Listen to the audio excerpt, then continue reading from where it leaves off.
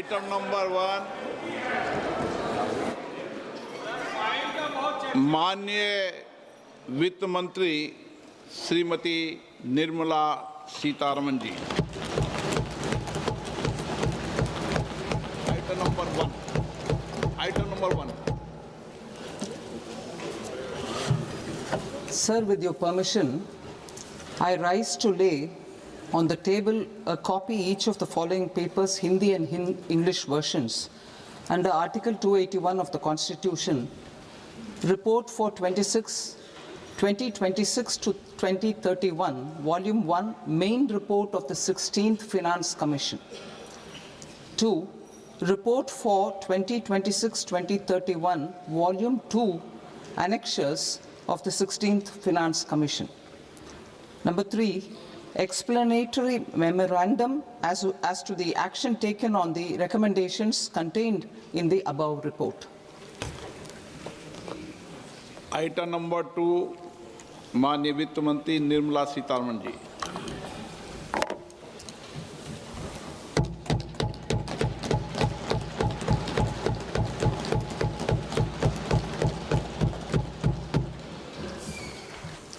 Honorable Speaker, sir, on the sacred occasion of Magh Purnima and the birth anniversary of Guru Ravidas, I present the budget for the year 2026-2027. Since we assumed office 12 years ago, India's economic trajectory has been marked by stability, fiscal discipline, sustained growth, and moderate inflation.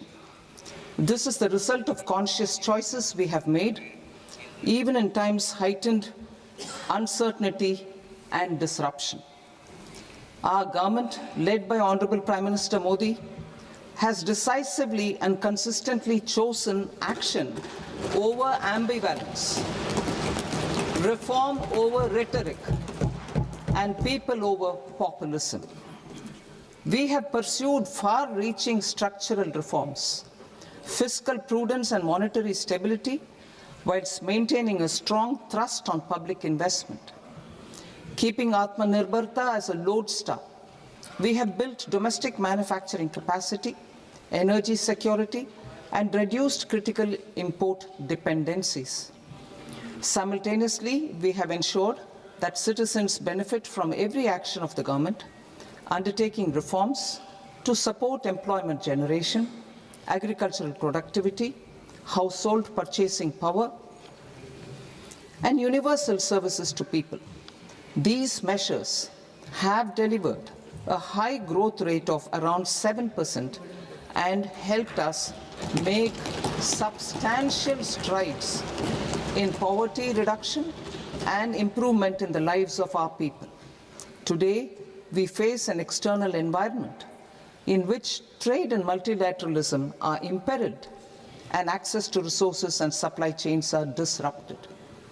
New technologies are transforming production systems while sharply increasing demands on water, energy, and critical minerals. India will continue to take confident steps towards Vikasit Bharat, balancing ambition with inclusion. As a growing economy with expanding trade and capital needs, India must also remain deeply integrated with global markets, exporting more and attracting stable long-term investment. As I begin Part A, I want to express my gratitude to the people for standing firmly with us as we forge our way together towards becoming one of the largest economies of the world.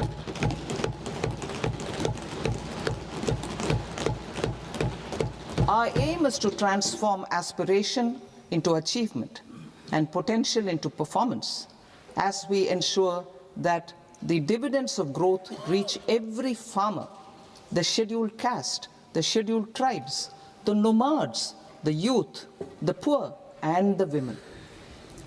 In Vikasit Bharat Young Leaders Dialogue 2026, several innovative ideas were shared with our Prime Minister, which have inspired many of the proposals, making this a unique Yuva Shakti-driven budget.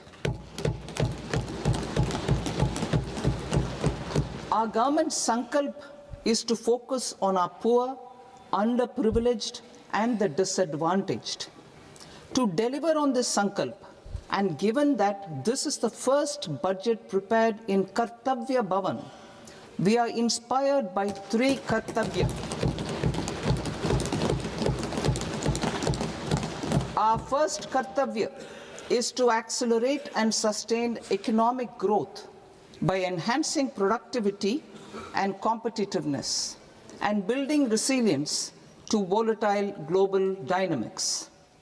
Our second Kartavya is to fulfill aspirations of our people and build their capacity, making them strong partners in India's path to prosperity.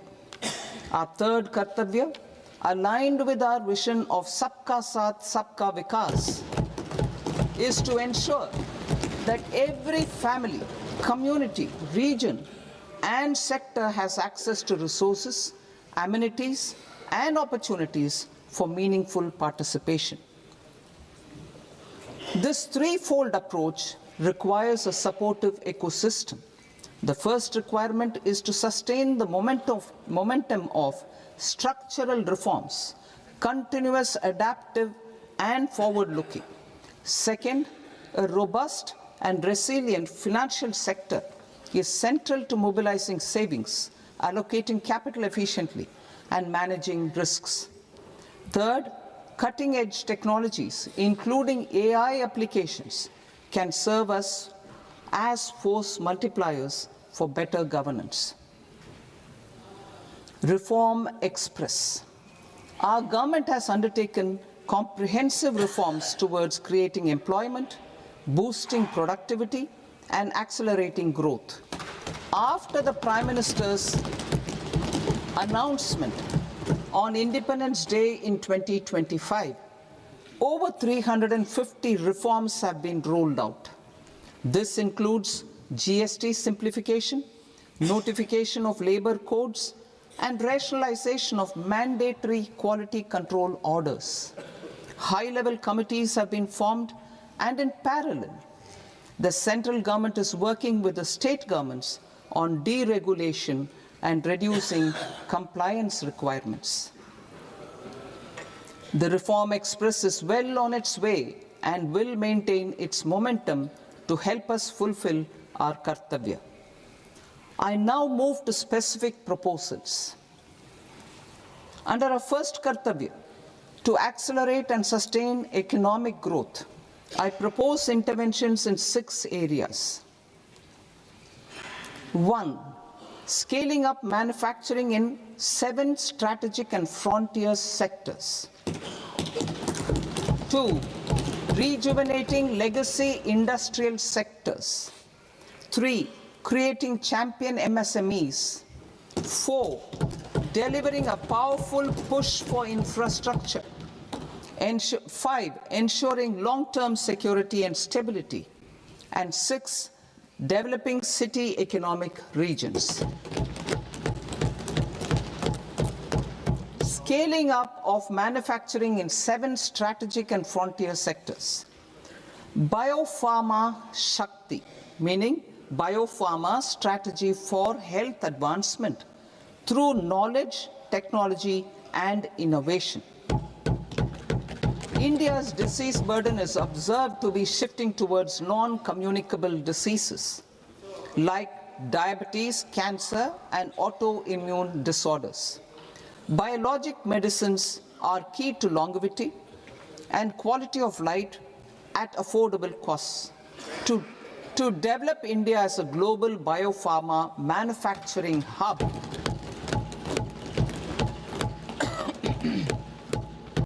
I propose the Biopharma Shakti with an outlay of 10,000 crores over the next 5 years. This will build the ecosystem for domestic production of biologics and biosimilars. The strategy will include a biopharma-focused network with 3 new national institutes of pharmaceutical education and research, popularly known as NIPERS, and upgrading 7 existing ones. It will also create a network of 1,000 accredited India clinical trials sites. We propose to strengthen the Central Drug Standard Control Organization to meet global standards and approve timeframes through and approval timeframes through a dedicated scientific review cadre and specialists. India's semiconductor mission 1.0 expanded India's semiconductor sector capabilities. Building on this, we will launch ISM 2.0 to produce equipment and materials, design full-stack Indian IP, and fortify supply chains. We will also focus on industry-led research and training centers to develop technology and skilled workforce. The Electronics Components Manufacturing Scheme, launched in April 2025 with an outlay of 22,919 crores, already has investment commitments at double the targets. We propose to increase the outlay to 40,000 crores to capitalize on this momentum.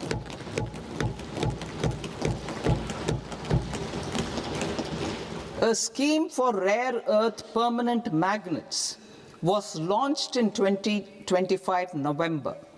We now propose to support the mineral-rich states of Odisha, Kerala, Andhra Pradesh, and Tamil Nadu to establish dedicated rare earth corridors to promote mining, processing, research, and manufacturing.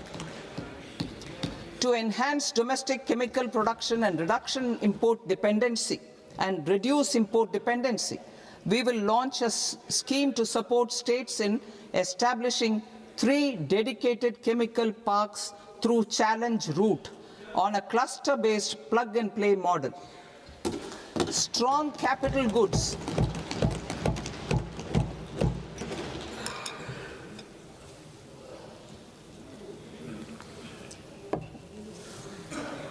Strong capital goods capability is a determinant of productivity and quality across different sectors. Towards building this capacity, I propose the following.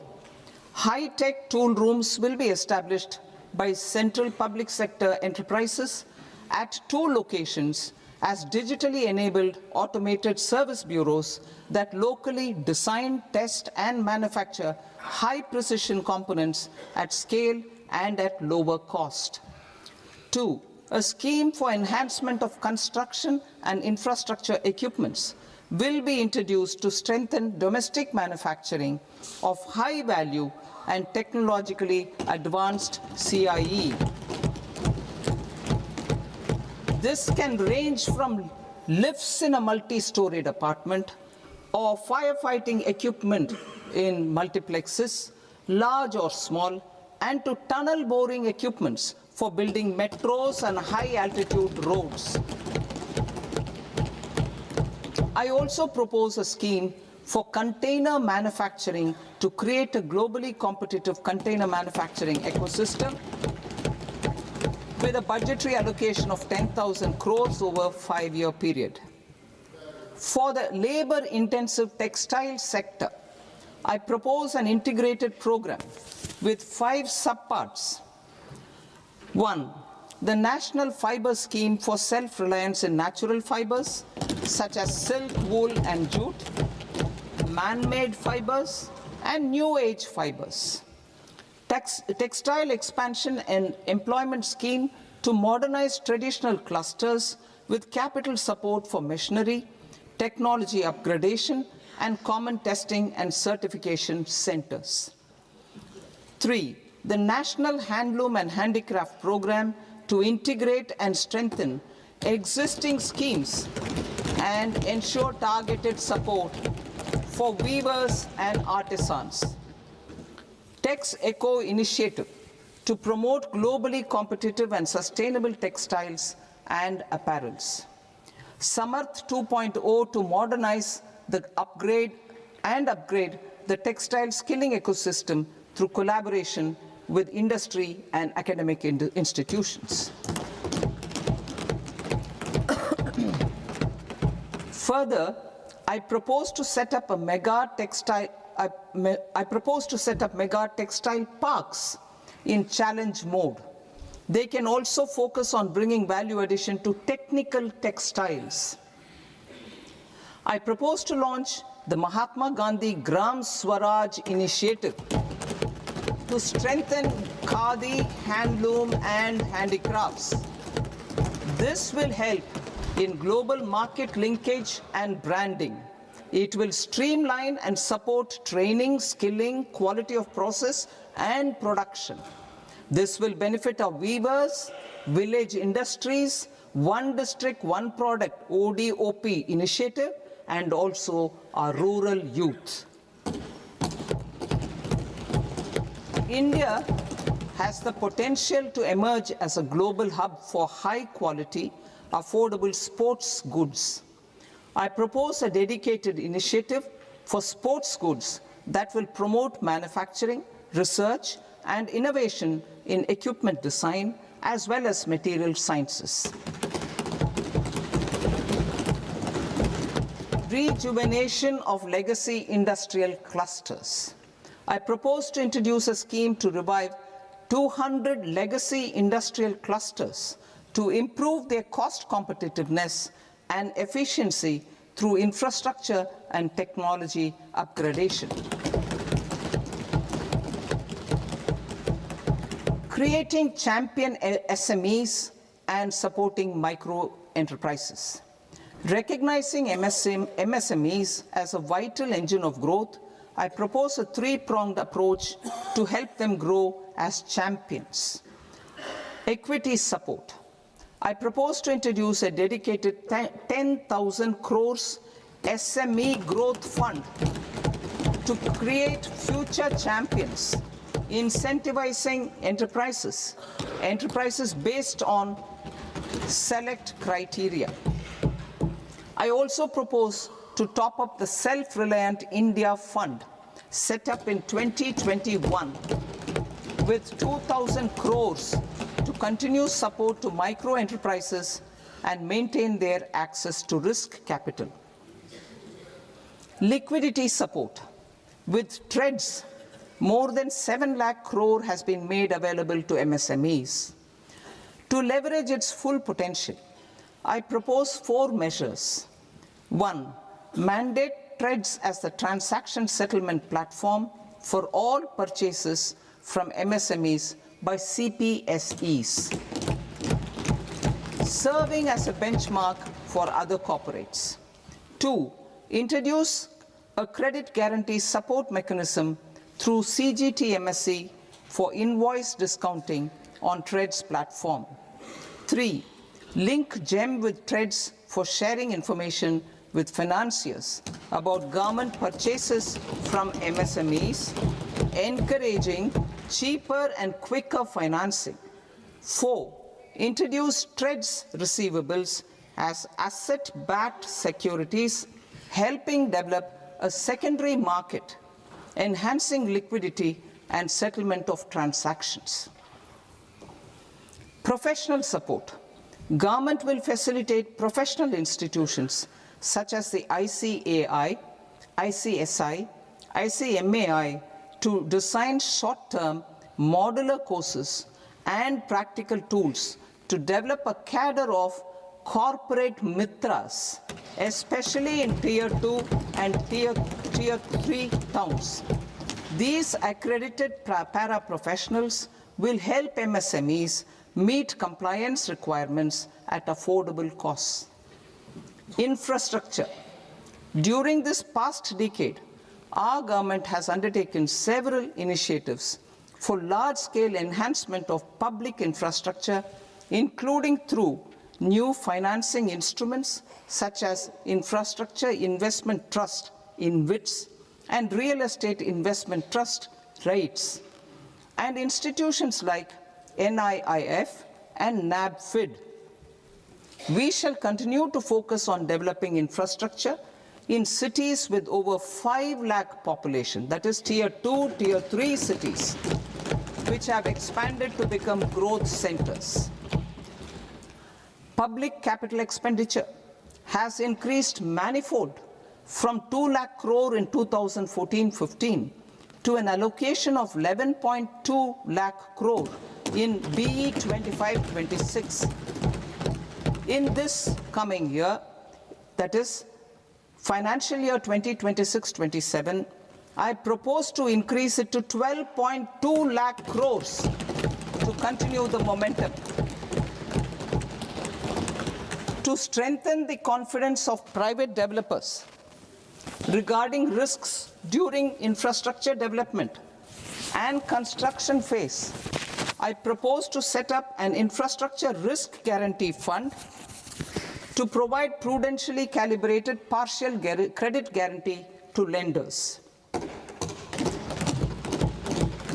Over the years, rights have emerged as a successful instrument for asset monetization. I propose to accelerate recycling of significant real estate assets of the CPSEs through the setting up of dedicated rights.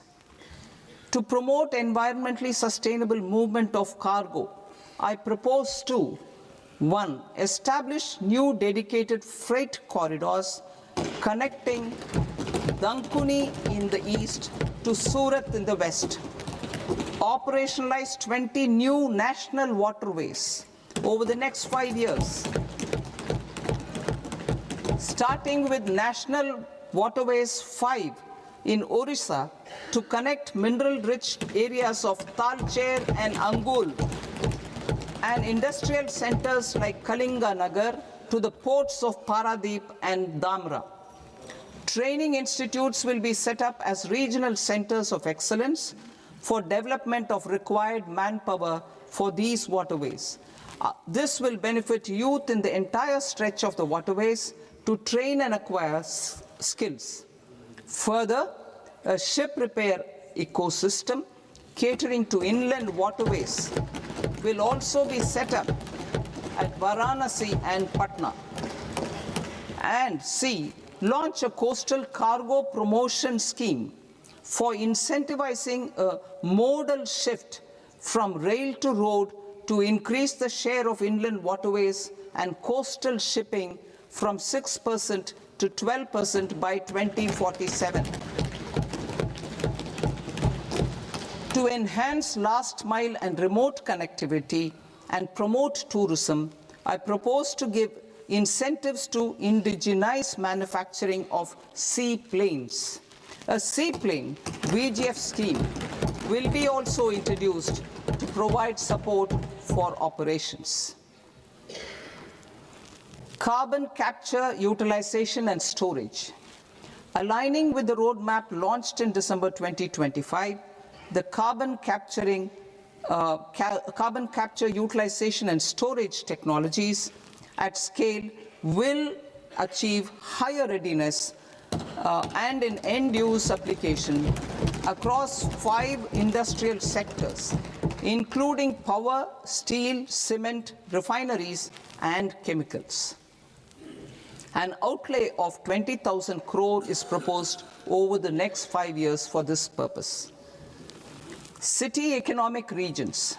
Cities are India's engines of growth, innovation, and opportunities.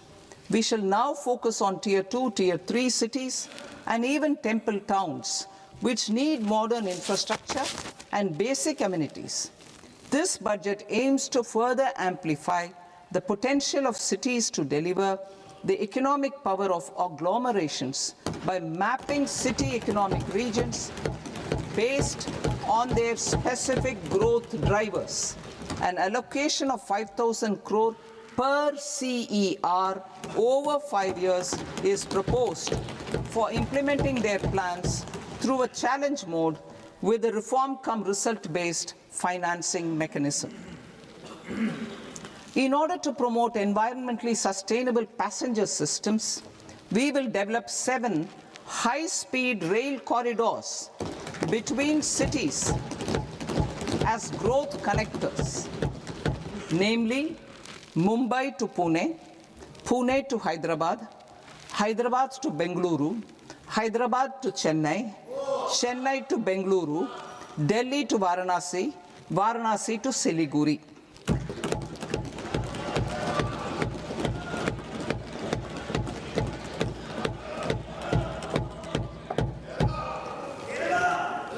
Financial sector.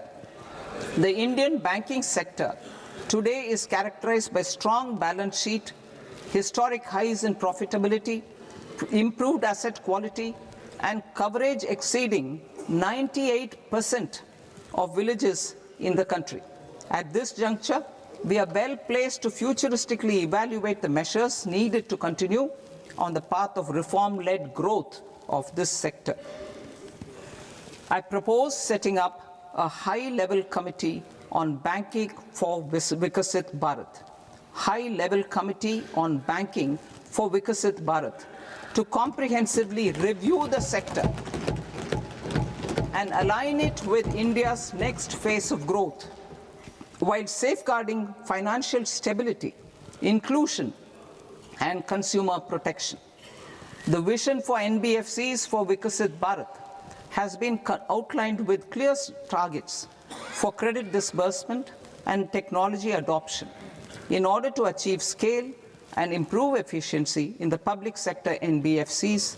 As a first step, it is proposed to restructure the Power Finance Corporation and Rural Electrification Corporation. I propose a comprehensive review of the foreign exchange management non-debt instruments rules to create a more contemporary, user-friendly framework for foreign investments consistent with India's evolving economic priorities. Corporate bond market. I propose to introduce a market-making framework with suitable access to funds and derivatives on corporate bond indices. I also propose to introduce total return swaps on corporate bonds. Municipal bonds. To encourage the issuance of municipal bonds of higher value by larger cities, I propose an incentive of 100 crore rupees for a single bond issuance. 100 crore rupees for a single bond issuance of more than 1,000 crore. The current scheme under Amrit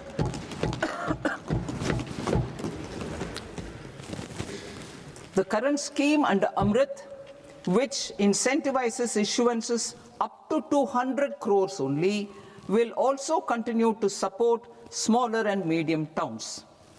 That will also continue to support the smaller and medium towns. Ease of doing business. Individual persons resident outside India, PROI, will be permitted to invest in equity instruments of listed Indian companies through the Portfolio Investment Scheme. It is also proposed to increase the investment limit for an individual PROI under the scheme from 5% to 10%, with an overall investment limit for all individual PROIs to 24% from the current 10%. Emerging technologies including AI. 21st century is technology driven. Adoption of technology is for the benefit of all people. Farmers in the field, women in STEM, youth keen to upskill, and Divyangjan to access newer opportunities. The government has taken several steps to support new technologies through AI Mission, National Quantum Mission, Anusandhan National Research Fund, and Research and Development and Innovation Fund. Our second kartavya is to fulfill aspirations and build capacities. Close to 25 crore individuals have come out of multi-dimensional poverty through a decade of our government's sustained and reform-oriented efforts.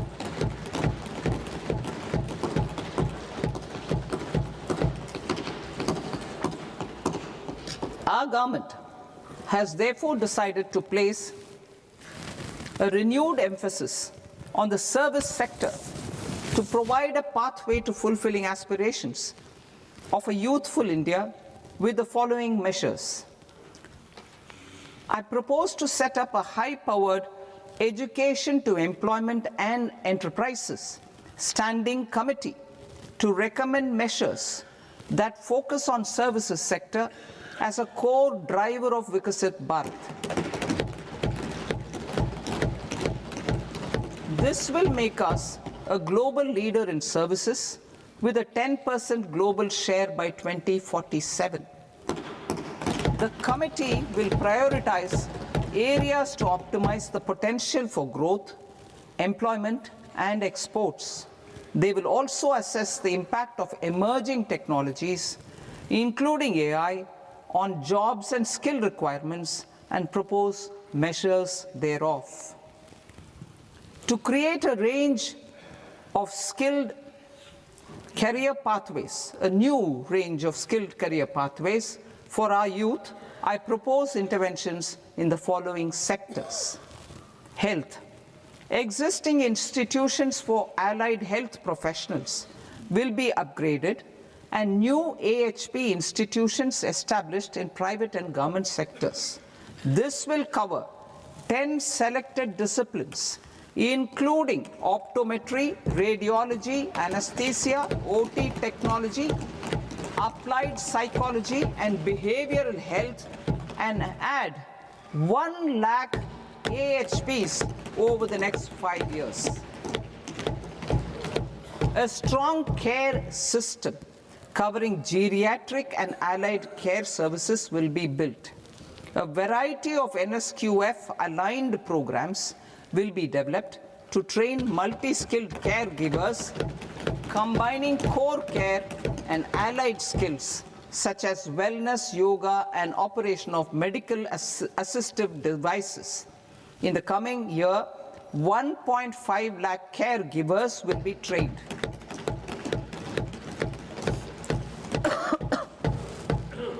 Hubs for medical value tourism. To promote India as a hub for medical tourism services, I propose to launch a scheme to support states in establishing 5 regional medical hubs in partnership with the private sector. These hubs will serve as integrated healthcare complexes that combine medical, educational, and research facilities. They will have Ayush centers, medical value tourism facilitation centers, and infrastructure for diagnostics, post-care, and rehabilitation. These hubs will provide diverse opportunities, job opportunities for health professionals, including doctors and AHPs. Ancient Indian yoga, already respected in several parts of the world, was given a mass global recognition when Honorable Prime Minister took it to the UN.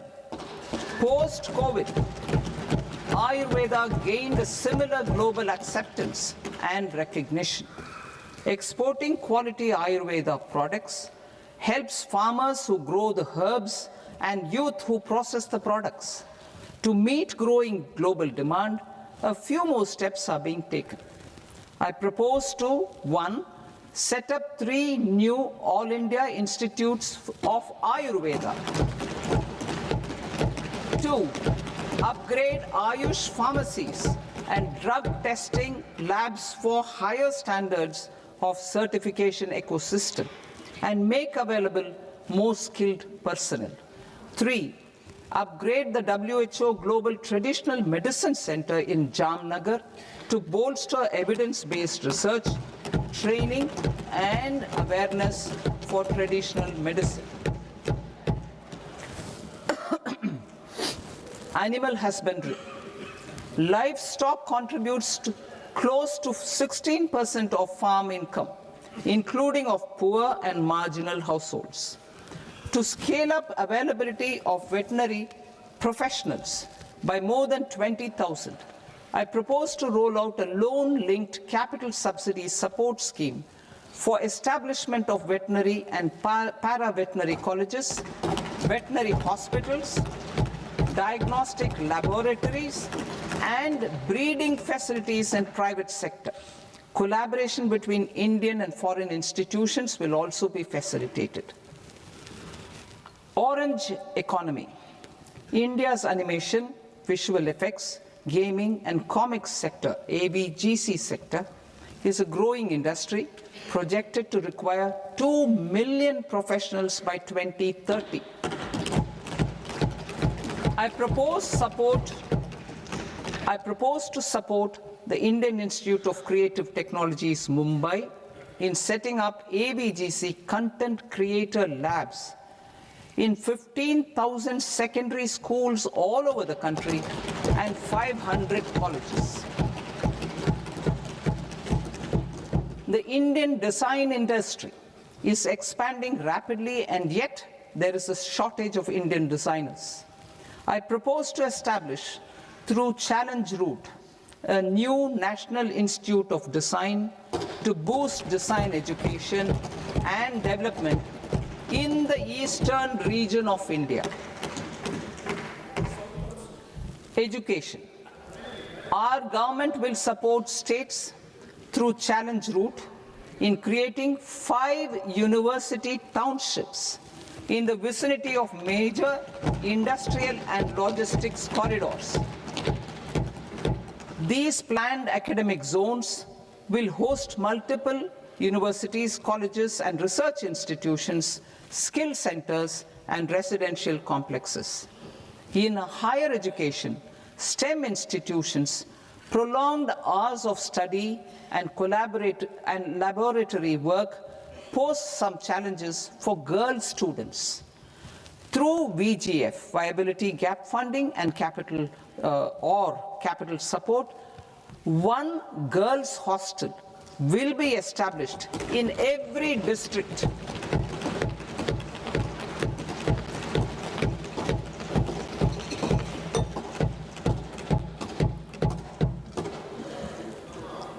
To promote astrophysics and astronomy via immersive experiences, 4 telescope infrastructure facilities will be set up or upgraded. The National Large Solar Telescope, the National Large Optical Infrared Telescope, the Himalayan Chandra Telescope, and the Cosmos 2 Planetarium. Tourism. The tourism sector has the potential to play a large role in the employment generation, forex earnings, and expanding the local economy.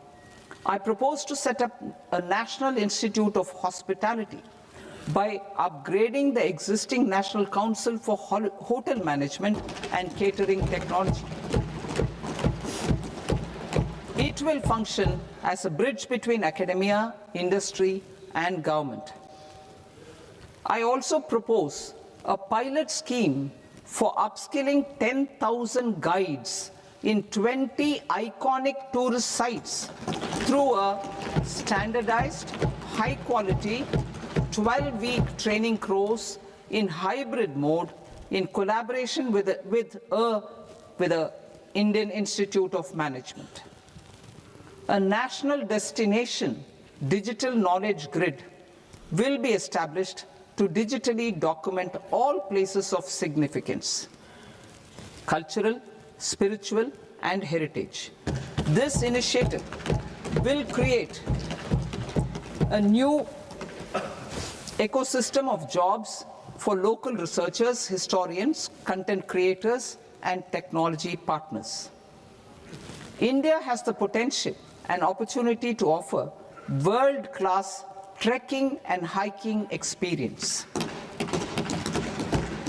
We will develop ecologically sustainable mountain trails in Himachal Pradesh, Uttarakhand, and Jammu Kashmir.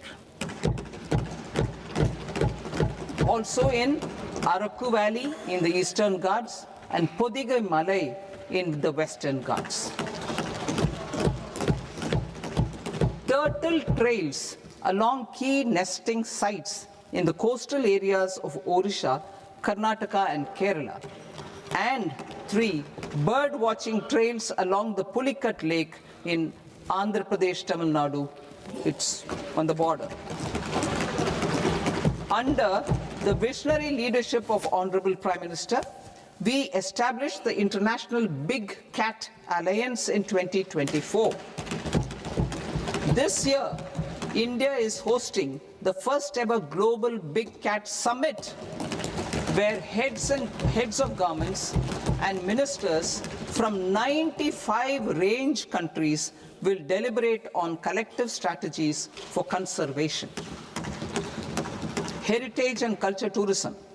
I propose to develop 15 archaeological sites, including Lothal, Dolavira, Rakhi Gadi, Adichanallur, Saranath, Hastinapur, and Leh Palace into vibrant experiential cultural destinations. Excavated landscapes will be open to the public through curated walkways. Immersive storytelling skills and technologies will be introduced to help conservation labs, interpretation centers, and guides. The sports sector provides multiple means of employment, skilling, and job opportunities. Taking forward the systematic nurturing of sports talent, which is set in motion through the Khelo India program earlier, I propose to launch a Khelo India mission to transform the sports sector over the next decade. The mission will facilitate an integrated talent development pathway supported by training centers, which are foundational, intermediate, and elite levels. B, systematic development of coaches and support staff. C, integration of sports science and technology. D, competitions and leagues to promote sports culture and provide platforms. And E, development of sports infrastructure for training and competition. Our third Kartavya aligns with our vision of Sabka Saath, Sabka Vikas towards Vikasit Bharat. This requires targeted efforts for 1, increasing farmer incomes through productivity enhancement and entrepreneurship, with special attention to small and marginal farmers. B, empowering Divyangjan through access to livelihood opportunities, training, and high-quality assistive devices. C, empowering the vulnerable to access mental health and trauma care. D, focus on the Purvodaya states and the Northeast region to accelerate development and employment opportunities. Fisheries. We will undertake initiatives for integrated development of 500 reservoirs and Amrit Sarovars. 2, strengthen the fisheries value chain in coastal areas and enable market linkages involving startups and women-led groups together with fish farmer producer organizations. Animal husbandry. To provide quality employment opportunities in rural and peri-urban areas, we will support the animal husbandry sector in entrepreneurship development through A, credit-linked subsidy program, B, scaling up and modernization of livestock enterprises, C, enhanced creation of livestock, dairy, and poultry enhanced creation of livestock, dairy, and poultry-focused integrated value chains, and D, encourage creation of livestock farmer-producer organizations. High-value agriculture. To diversify farm outputs, increase productivity, enhance farmers' incomes, and create new employment opportunities, we will support high-value crops such as coconut, sandalwood, cocoa, cashew in the coastal areas, agar trees in northeast, and nuts such as almonds, walnuts, and pine nuts in our hilly regions. All of them will be supported. India is the world's largest producer of coconuts.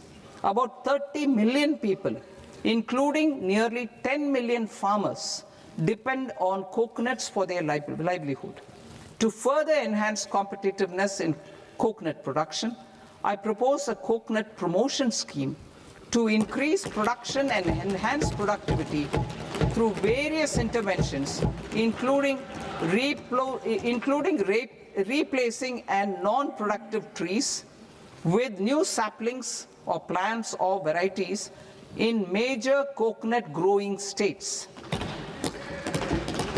A dedicated program is proposed for Indian cashew and cocoa to make India self-reliant in raw cashew and coconut production and processing, enhance export competitiveness, and transform Indian cashew and Indian cocoa into premium global brands by 2030. Sandalwood. Sandalwood is closely linked to India's social and cultural heritage. Our government will partner with state governments to promote focused cultivation and post-harvest processing to restore the glory of the Indian sandalwood ecosystem, to rejuvenate old, low-yielding orchards, and expand high-density cultivation of walnuts, almonds, and pine nuts. We will support a dedicated program to enhance farmer incomes and in bringing value addition by engaging youth. Bharat Vistar, that is virtually integrated system to access agricultural resources. I propose to launch Bharat Vistar, a multilingual AI tool that shall integrate the AgriStack portals and the ICAR package on agricultural practices with AI systems. This will enhance farm productivity, enable better decisions for farmers, and reduce risk by providing customized advisory support. She Marts for rural women-led enterprises. Building on the success of Lakpati Didi program, I propose to help women take the next step from credit-linked livelihoods to being owners of enterprises. Self-help entrepreneur, She Marts will be set up as community-owned retail outlets within the cluster-level federations through enhanced and innovative financing instruments. Empowering Divyangjan. Divyangjan Kaushal Yojana. Information technology, AVGC sectors, hospitality and food and beverages sectors often offer task-oriented and process-driven roles which are suitable for Divyangjan. We will ensure dignified livelihood opportunities through industry-relevant and customized training specific to each Divyangjan group. Divyang Sahara Yojana. Timely access to high-quality assistive devices for all eligible Divyangjan is a fundamental need.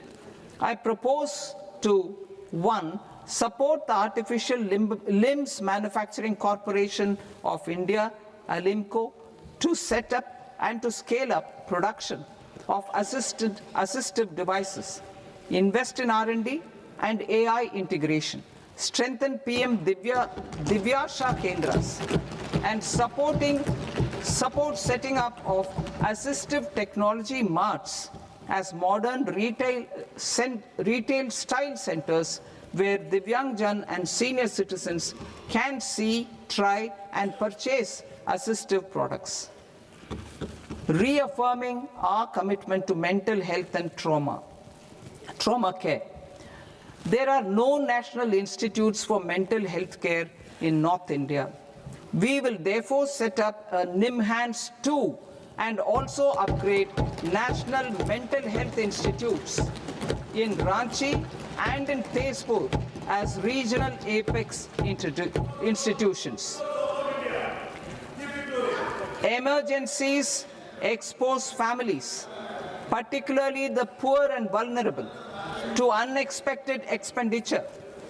We will strengthen and increase these capacities by 50% in district hospitals by establishing emergency and trauma care centers. Focus on Purvodaya states and northeastern regions. Purvodaya, I propose the development of an integrated East Coast industrial corridor with a well-connected node at Durgapur, creation of 5 tourism destinations in 5 Purvodaya states, and the provision of 4,000 e-buses. Buddhist sites in northeastern region. The northeastern region is a civilizational confluence of Theravada and Mahayana or Vajrayana traditions. I propose to launch a scheme for development of Buddhist circuits in Arunachal Pradesh, Sikkim, Assam, Manipur, Mizoram, and Tripura.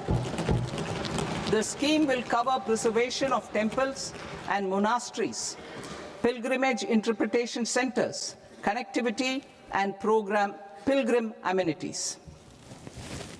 16th Finance Commission. On 17th November 2025, the 16th Finance Commission submitted its report to the President. As mandated under Article 281 of the Constitution, the government is to lay the report along with the explanatory memorandum on the action taken report on the recommendations of the Commission in Parliament, which, Sir, Honourable Speaker, you've allowed me to do at the commencement of this session.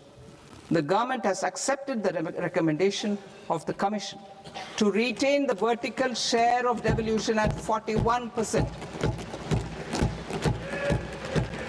As recommended by the Commission, I have provided 1.4 lakh crores of rupees to the states for the year 2026-2027 as Finance Commission grants. These include rural and urban local body and disaster management grants. Fiscal consolidation. Government has been delivering on our fiscal commitments consistently without compromising on social needs. To strive towards accepted standards of fiscal management in Budget 25-26, I had indicated that the central government would target reaching a debt to GDP ratio of 50 plus or minus 1% by 2030-31. In line with this, the debt to GDP ratio is estimated to be 55.6% of GDP in BE 26-27, compared to 56.1% of GDP in RE 25-26. A declining debt to GDP ratio will gradually free up resources for priority sector lending and expenditure by reducing the outgo on interest payments. One of the main operational instruments for debt targeting is the fiscal deficit. I am happy to inform this august House that I fulfilled my commitment made in 2021-2022 to reduce fiscal deficit below 4.5% of GDP by 25-26. In RE 25-26, the fiscal deficit has been estimated at par with BE of 2025-26 at 4.4% of GDP. In line with the new fiscal prudence path of debt consolidation, the fiscal deficit in BE 26-27 is estimated to be 4.3% of the GDP.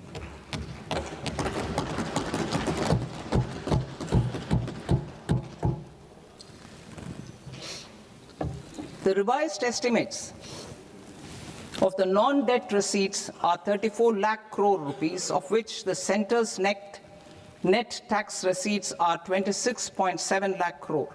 The revised estimate of the total expenditure is 49.6 lakh crore rupees, of which the capital expenditure is about 11 lakh crores. Budget estimates 2026 to 2027. Coming to 26-27, the non-debt receipts and the total expenditure are estimated as 36.5 lakh crore and 53.5 lakh crore respectively. The centre's net tax receipts are estimated at 28.7 lakh crore rupees. To finance the fiscal deficit, the net market borrowings from dated securities are estimated at 11.7 lakh crore rupees. The balance financing is expected to come from small savings and other sources. The gross market borrowings are estimated at 17.2 lakh crore rupees. I'll now move to Part B. Part B, direct taxes.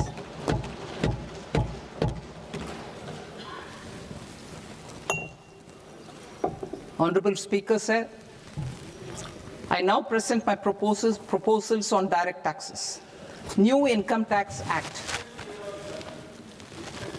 In July 2024, I announced a comprehensive review of the Income Tax Act 1961. This was completed in a record time, and the Income Tax Act 2025 will come into effect from 1st April 2026. The simplified income tax rules and forms will be notified shortly, giving adequate time to taxpayers to acquaint themselves with its requirements. The forms have been redesigned such that ordinary citizens can comply without difficulty. Ease of living. I propose that any interest awarded by the Motor Accident Claims Tribunal to a natural person will be exempt from income tax, and any TDS on this account will be done away with. I propose to reduce TCS rate on the sale of overseas tour program package from the current 5% and 20% to 2% without any stipulation of amount. I propose to reduce TCS rate for pursuing education and for medical purposes under the Liberalized Remittance Scheme, popularly known as LRS, from 5% to 2%. Supply of manpower services is proposed to be specifically brought within the ambit of payment to contractors for the purpose of TDS to avoid ambiguity. Thus, TDS on these services will be at the rate of either 1% or 2% only. I propose a scheme for small taxpayers, wherein a rule-based automated process will enable obtaining a lower or nil deduction certificate instead of filing an application with the assessing officer. For the ease of taxpayer holding securities in multiple companies, I propose to enable depositories to accept Form 15G or Form 15H from the investor and provide it directly to various relevant companies. I propose to extend time available for revising returns from 31st December to up to 31st March with the payment of a nominal fee.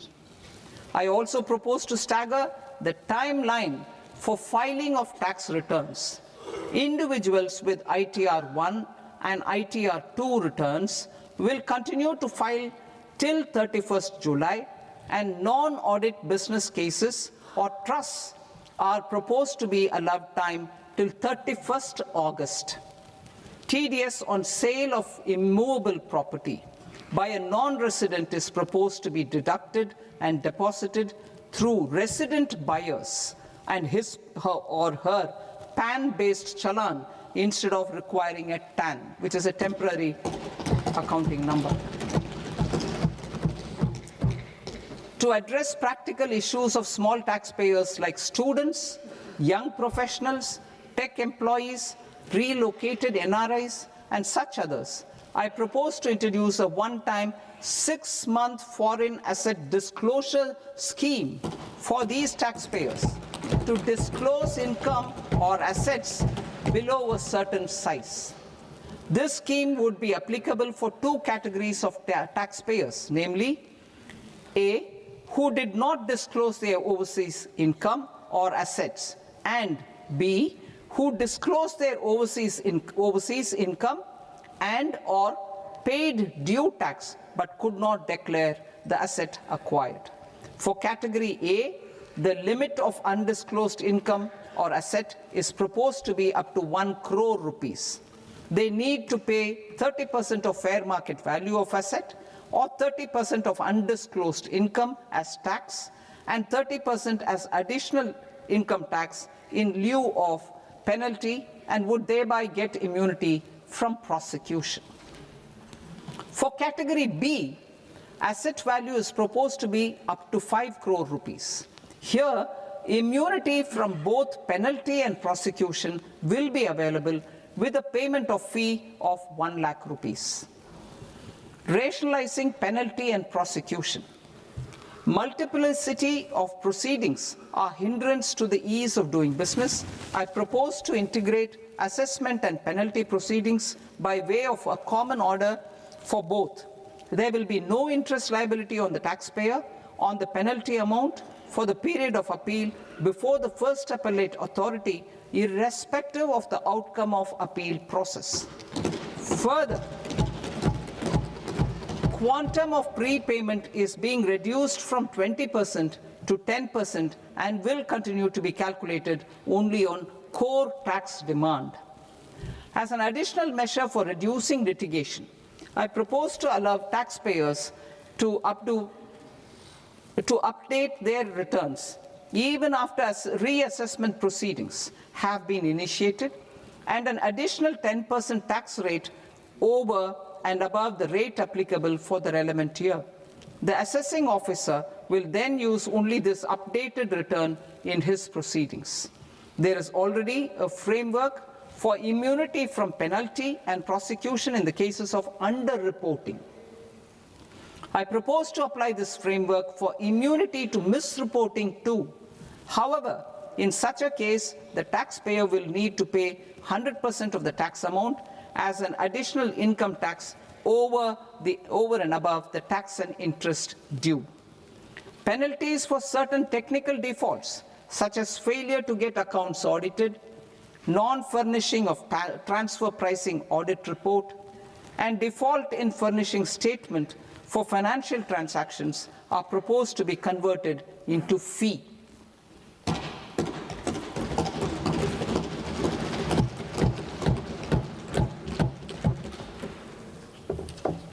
I propose to rationalize prosecution framework under Income Tax Act while maintaining a careful balance for deterrence in some serious offence.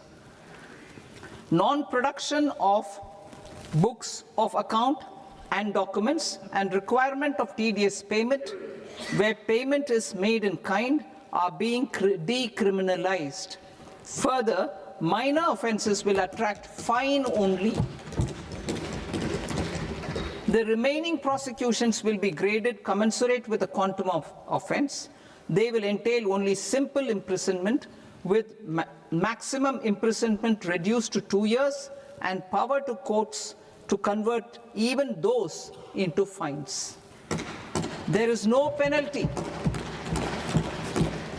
There is no penalty presently for non-disclosure of non-immovable foreign assets with aggregate value less than 20 lakh rupees. I propose to also provide them with immunity from prosecution with retrospective effect from 1/10/2024.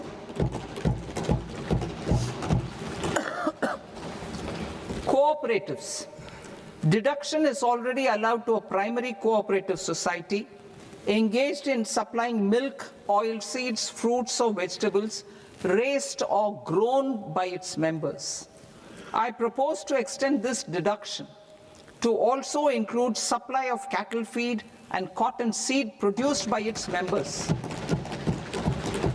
I propose to allow inter-cooperative society dividend income as deduction under the new tax regime to the extent it is further distributed to its members.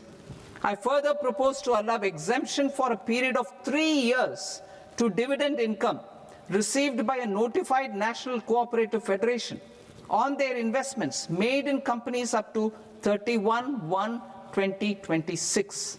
This exemption would be allowed only for dividends further distributed to its member cooperatives. Supporting IT sector as India's growth engine.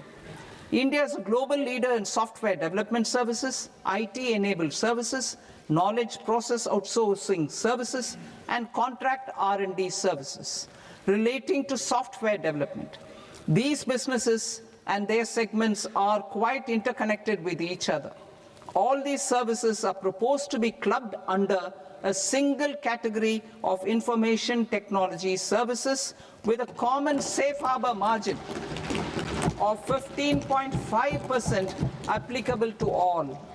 The threshold for availing safe harbor for IT services is being enhanced substantially from 300 crore rupees to 2,000 crore rupees.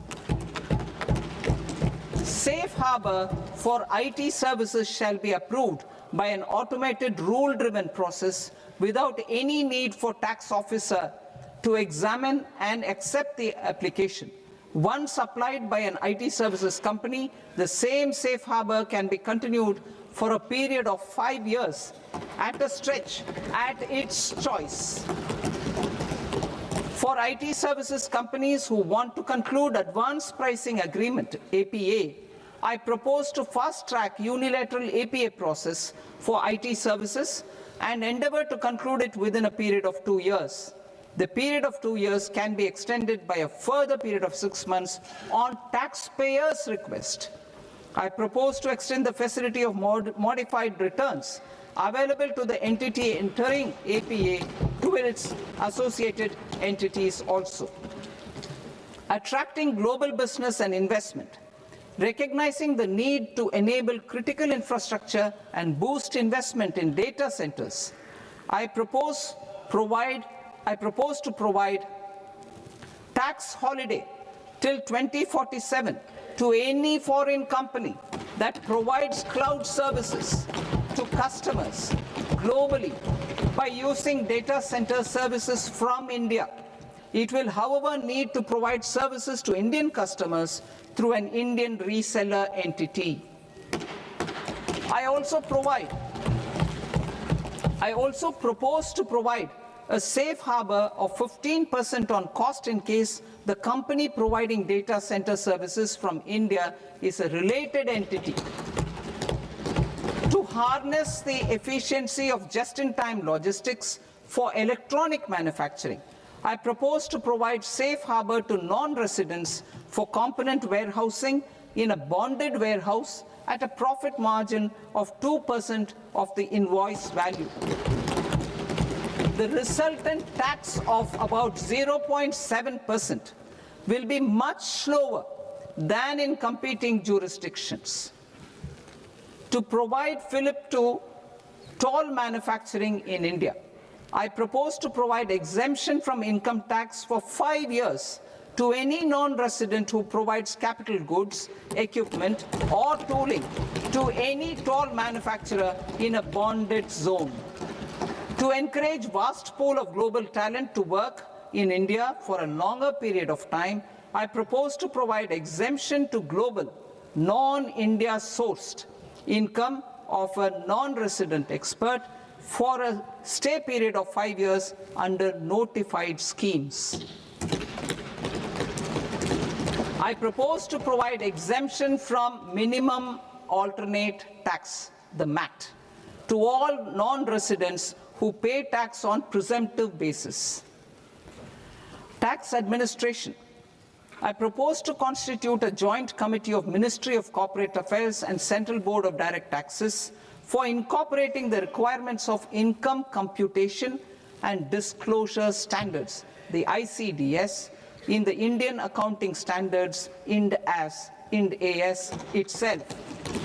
Separate accounting requirement based on ICDS will be done away with from the tax year 27-28. To support Prime Minister Modi's vision of homegrown accounting and advisory firms to become global leaders, I propose to rationalize the definition of accountant for the purposes of safe harbor rules. Other tax proposals. Change in taxation of buyback was brought in to address the improper use of buyback route by promoters. In the interest of minority shareholders, I propose to tax buyback for all types of shareholders as capital gains. However, to disincentivize misuse of tax arbitrage, promoters will pay an additional buyback tax. This will make effective tax 22% for corporate promoters. For non-corporate promoters, the effective tax will be 30%. TCS rate for sellers of specific goods, namely alcoholic liquor, scrap, and minerals, will be rationalized to 2%, and that on tendu leaves will be reduced from 5% to 2%. I propose to raise the STT on futures to 0.05% from the present 0.02%.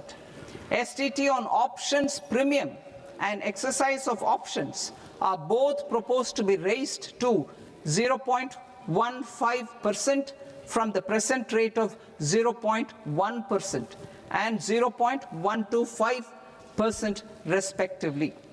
We reformed the taxation landscape for corporates in 2019 by providing them a simplified regime with lower tax rate so that they could productively focus on business rather than on claim of deductions and exemptions. To encourage companies to shift to the new regime, set-off of brought forward MAT credit, minimum alternate tax credit, is proposed to be allowed to companies only in the new regime. Set-off using available MAT credit is proposed to be allowed to an extent of 1/4 of the tax liability in the new regime. MAT is proposed to be made final tax, so there will be no further credit accumulation from 1st April 2026. In line with this change, the rate of final tax is being reduced to 14% from the current MAT rate of 15%. The brought forward MAT credit of taxpayers accumulated till 30th March 2026 will continue to be available to them for set-off as above. Indirect taxes. I shall now take up proposals related to indirect taxes.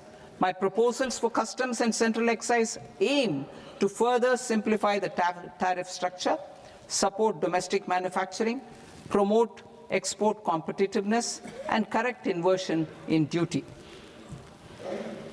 To continue weeding out long-continuing customs duty exemptions, I propose to remove certain exemptions on items which are being manufactured in India or where the imports are negligible.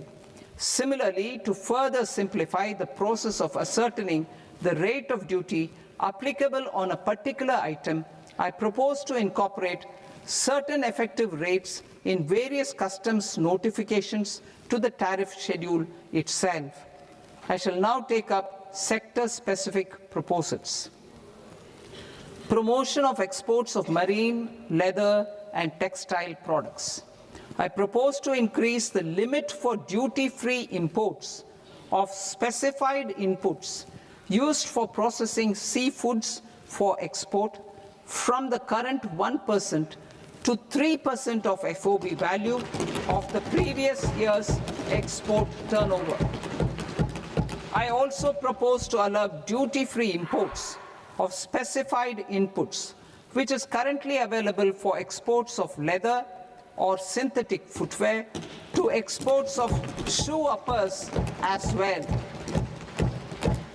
I propose to extend the time period for export of final product from the existing 6 months to 1 year for exporters of leather or textile garments, leather or synthetic footwear, and other leather products. Energy transition and security. I propose to extend the basic customs duty exemption given to capital goods used for manufacturing lithium-ion cells for batteries to those used for manufacturing lithium-ion cells for battery energy storage systems also. I propose to exempt basic customs duty on import of sodium antimonate for use in manufacture of solar glass. Nuclear power. I propose to extend the existing basic customs duty exemption on imports of goods required for nuclear power projects till the year 2035 and expand it for all nuclear plants irrespective of their capacity. Critical minerals. It is proposed to provide basic customs duty exemption to the import of capital goods required for the processing of critical minerals in India. Biogas blended CNG. I propose to exclude the entire value of biogas while calculating the central excise duty payable on biogas blended CNG. Civil and defense aviation. I propose to exempt basic customs duty on components and parts required for the manufacture of civilian training and other aircrafts.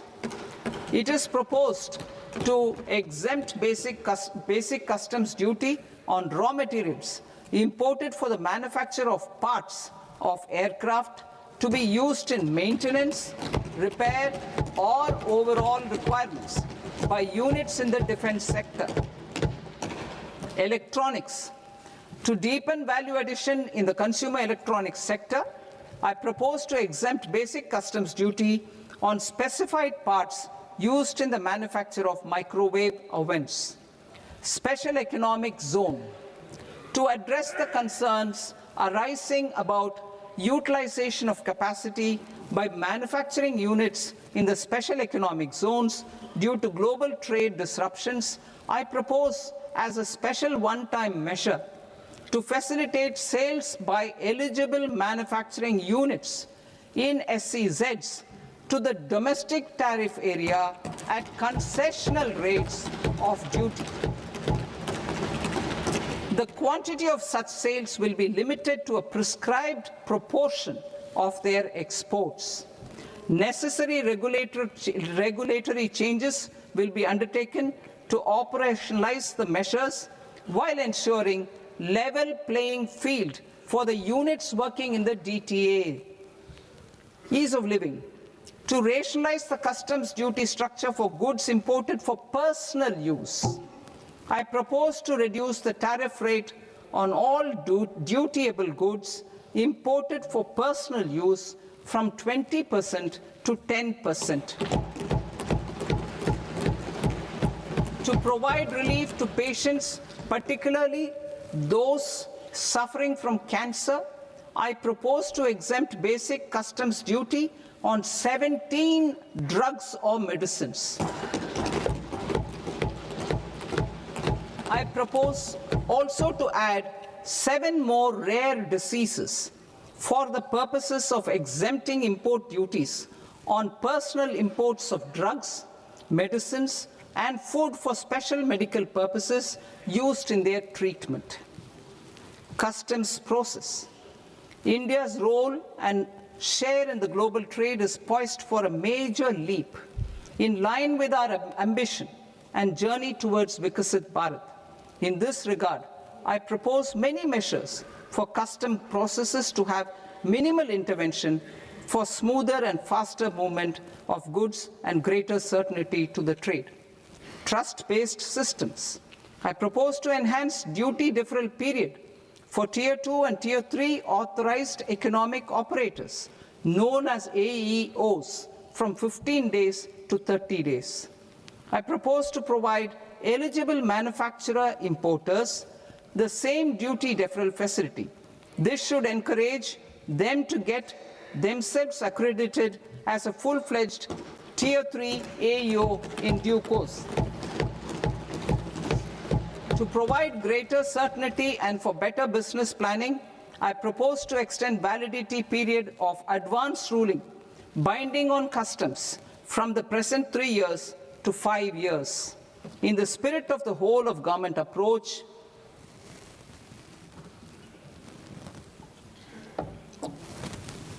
government agencies will be encouraged to leverage AEO accreditation for preferential treatment in clearing their cargo.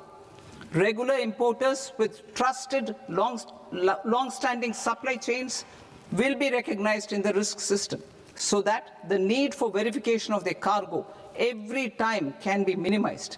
Export cargo using electronic sealing. Export cargo using electronic sealing will be provided through clearance from the factory premises to the ship. For import of goods not needing any compliance, filing of bill of entry by a trusted importer and arrival of goods will automatically notify customs for completing their clearance formalities. This will enable goods to be released immediately on arrival. The customs warehouse framework will be transformed into a warehouse operator-centric system with a self-declarations, electronic tracking, and risk-based audit. These reforms will move away from the current system of officer-dependent approvals and reduce transaction delays and compliance costs. Ease of doing business. Approvals required for cargo clearance from various government agencies will be seamlessly processed through a single and interconnected digital window by the end of the financial year. Processes involved in clearance of food, drugs, plant, and animal and wildlife products, accounting for about 70% of interdicted cargo, will be operationalized on this system by April 2026 itself. For goods not having any compliance requirement, clearance will be done by customs immediately after online registration is completed by the importer, subject to the payment of duty. Customs integrated system will be rolled out in 2 years as a single integrated and scalable platform for all customs processes. Utilization of non-intrusive scanning with advanced imaging and AI technology for risk assessment will be expanded in a phased manner with the objective to scan every container across all the major ports. New export opportunities to support Indian fishermen to fully harness the economic value of marine resources beyond our territorial waters. The following measures will be taken. A. Fish catch by an Indian fishing vessel in exclusive economic zone or on the high seas will be made free of duty. Landing of such fish on foreign port will be treated as export of goods. Safeguards will be put in place to prevent misuse during fish catch, transit, or transshipment.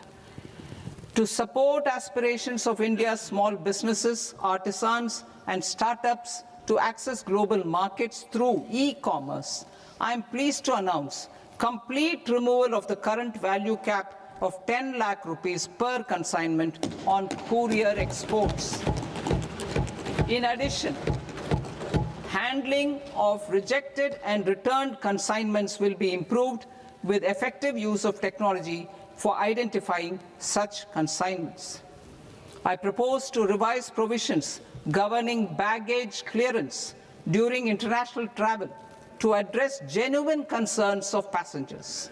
The revised rules will enhance duty-free allowances in line with the present-day travel realities and provide clarity in temporary carriage of goods brought in or taken out. There are honest taxpayers who are willing to settle disputes by paying all their dues, but they get deterred due to negative connotation associated with penalty, they will now be able to close cases by paying an additional amount in lieu of penalty. Honorable Speaker, sir, with this, I commend the budget to this august House. Jai Hind.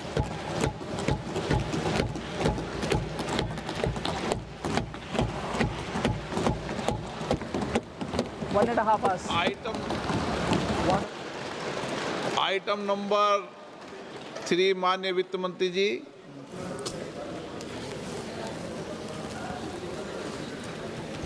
Item number 2, sir. 3।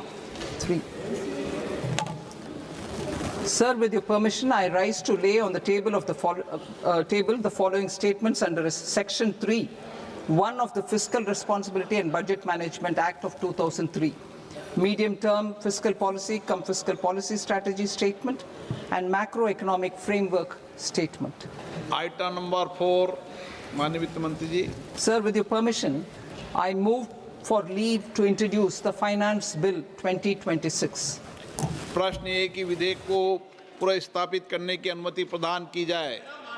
जो सदस्य इस पक्ष में हाँ गए, जो सदस्य विरोध में ना गए, मेरे विचार में निर्णय हाँ वालों के पक्ष में हाँ वालों के पक्ष में अनुमति प्रदान की जाती है। माननीय मंत्री जी, अब विधेयक पूरे स्थापित करें। Sir, I introduce the bill. माननीय सदस्यगण, आपको सूचित किया जाता है कि माननीय वित्त मंत्री जी के बजट भाषण की कॉपी पब्लिकेशन काउंटर पर ली जाती है। बजट भाषण और बजट से संबंधित दस्तावेज आपके मोबाइल फोन और मेंबर पोर्टल्स पर ही उपलब्ध है। सभा की कार्रवाई कल सोमवार दिनांक 2 फरवरी 2026 को प्राप्त 11 बजे तक के लिए स्थगित की जाती है।